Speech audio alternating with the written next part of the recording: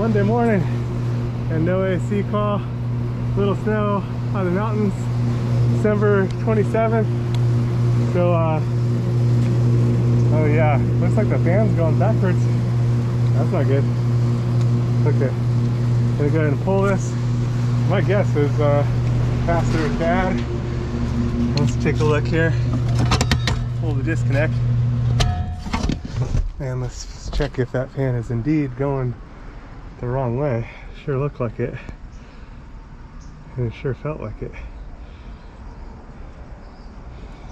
Sometimes that can happen just from a weak capacitor, because yeah, it's definitely scooping the wrong way. Let's take a look. Pull apart this capacitor and we'll see. Let's see. Oh, there. Give it a look here. Let's see. And I brought a 30 plus 5 with me because for some reason I thought this was a newer unit, but yeah, I was wrong there. The AC feels chilly. The line felt chilly. My guess is with that fan going the wrong way, I can't remove heat from the compressor, so eventually it's going to overheat. Add on thermal limit. Surprised it didn't pull the fuse. Compressor's still cool, so that's good. Let's take a look here. So, contactor's pulled in. We're going to discharge the capacitor. Capacitor holds a charge in it even after the power is disconnected. And we're going to test this 5 and 35. I believe it's a 35. Yeah, it should be. So, check these capacitors here. Could be a bad fan motor, but most likely bad capacitor. So we'll disconnect one lead and then we'll disconnect the start lead here from the capacitor. Okay. All the commons are up top on this one. Okay. So let's grab our meter. We'll switch over to microfarad settings for this meter. It's this little symbol right here. Some meters it'll say MFD. So let's see what our 5 is for that fan. 4.83, that's not bad. 4.75 would be good. Let's see on the 33.5. Even the capacitor is not very bad. 35 and it's plus or minus 5%, so 1.75 difference would be okay. Let's see. 33.75 would be all right. It's just barely weak. Yeah, my math was a little fuzzy there. What's going on with our actually was okay. Fan motor? 33.25. Why is our fan motor spinning the wrong way? We got a common blue wire and the neutral.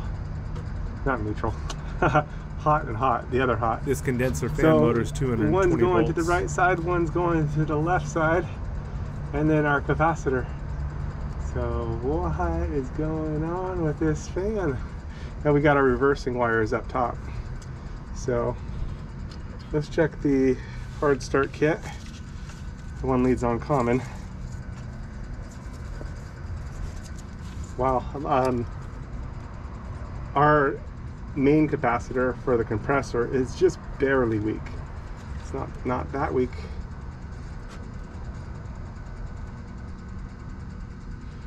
.55, so our hard start is good. Wow. Okay. So let's hook it back up. It was running, just the fan motor's going in reverse. So we can fix that. We can take the reversing wires and reverse them. That's simple. Ooh, look at these wires here. That's questionable. I'll bet you those were, but it doesn't matter because they can touch. This is the same deal. In fact, we might just take this one, and we could wire nut them together and improve that. That would eliminate that, but we may need to change this rotation anyway. So all kind of crazy. Wow. I'm gonna plug it back in and see what happens, and we're gonna see if this is still spinning the wrong way. Just briefly. Let's see. Let me just verify that I connected the capacitor again. Yeah, I did. Everything connected. Okay. And let's take a look. Oh,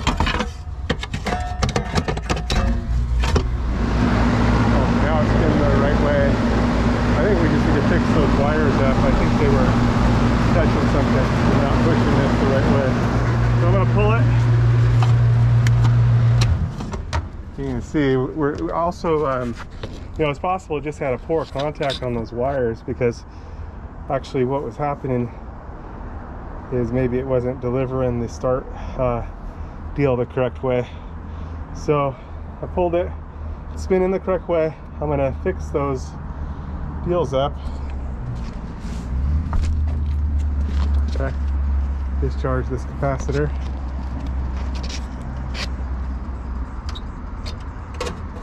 Both of them. Our disconnect is pulled. Alright, and then hopefully I have a wire nut here.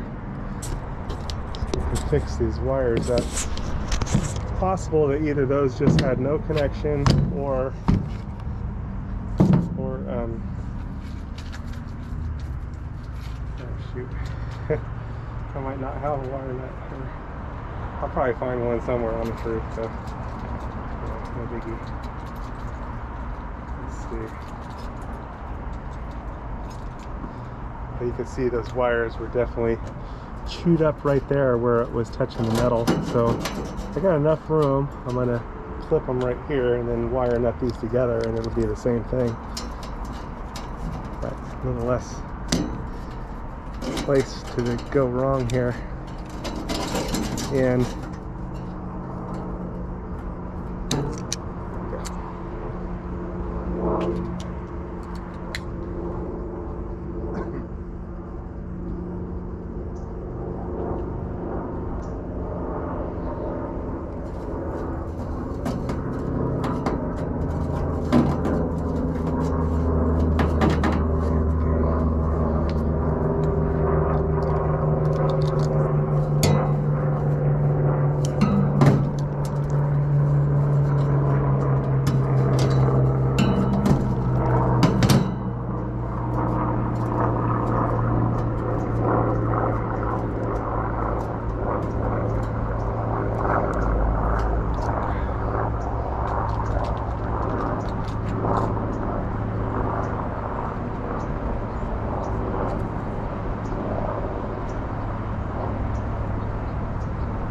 walk this roof a bit. I better find one soon.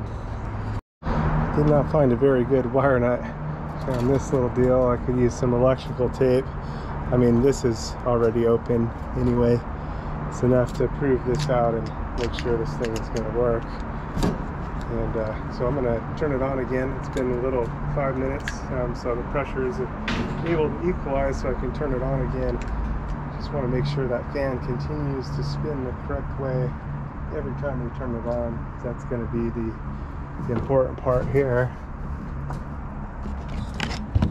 So here we go.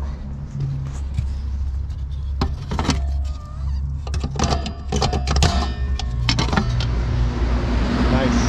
Good. That's great. So now I'll pull it apart and continue the search for a wire nut. Okay, got a piece of shrink wrap tubing. Pulled out this wire out of it. That will make a nice little sheath there. So there it is. It's just as good as a wire nut. It's insulated. It won't come off, and it's better than that is. So anyway, that's that. So now we'll just verify and make sure everything gets cold. Fan spins the correct way for the final round, and we'll close this up and it's all set. All right, here we go.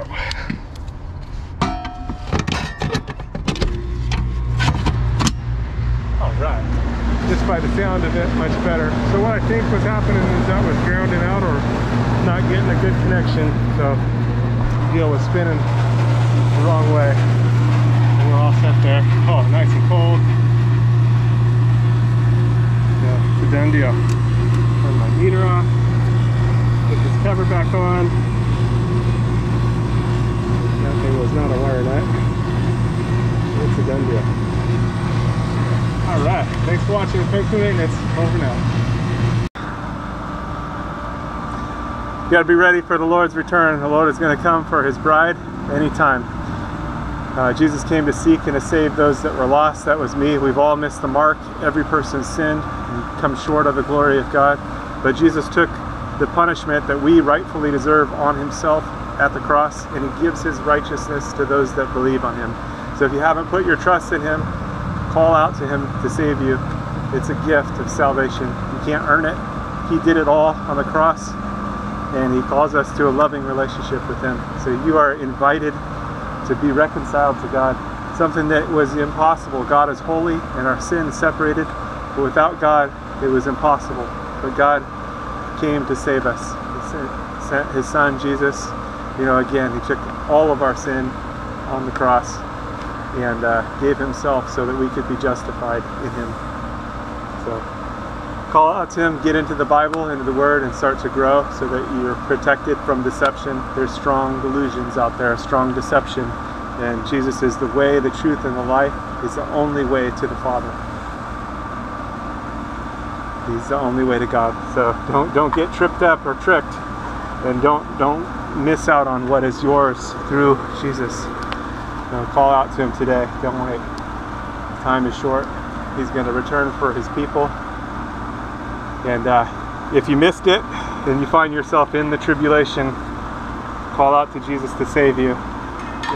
You likely die for your faith, but still, you have eternal life. The tribulation only lasts 7 years, so if you find yourself in part of it, it's not going to be long before everything's finished anyway. 7 years is not a long time, although in the tribulation it's going to seem like a long time.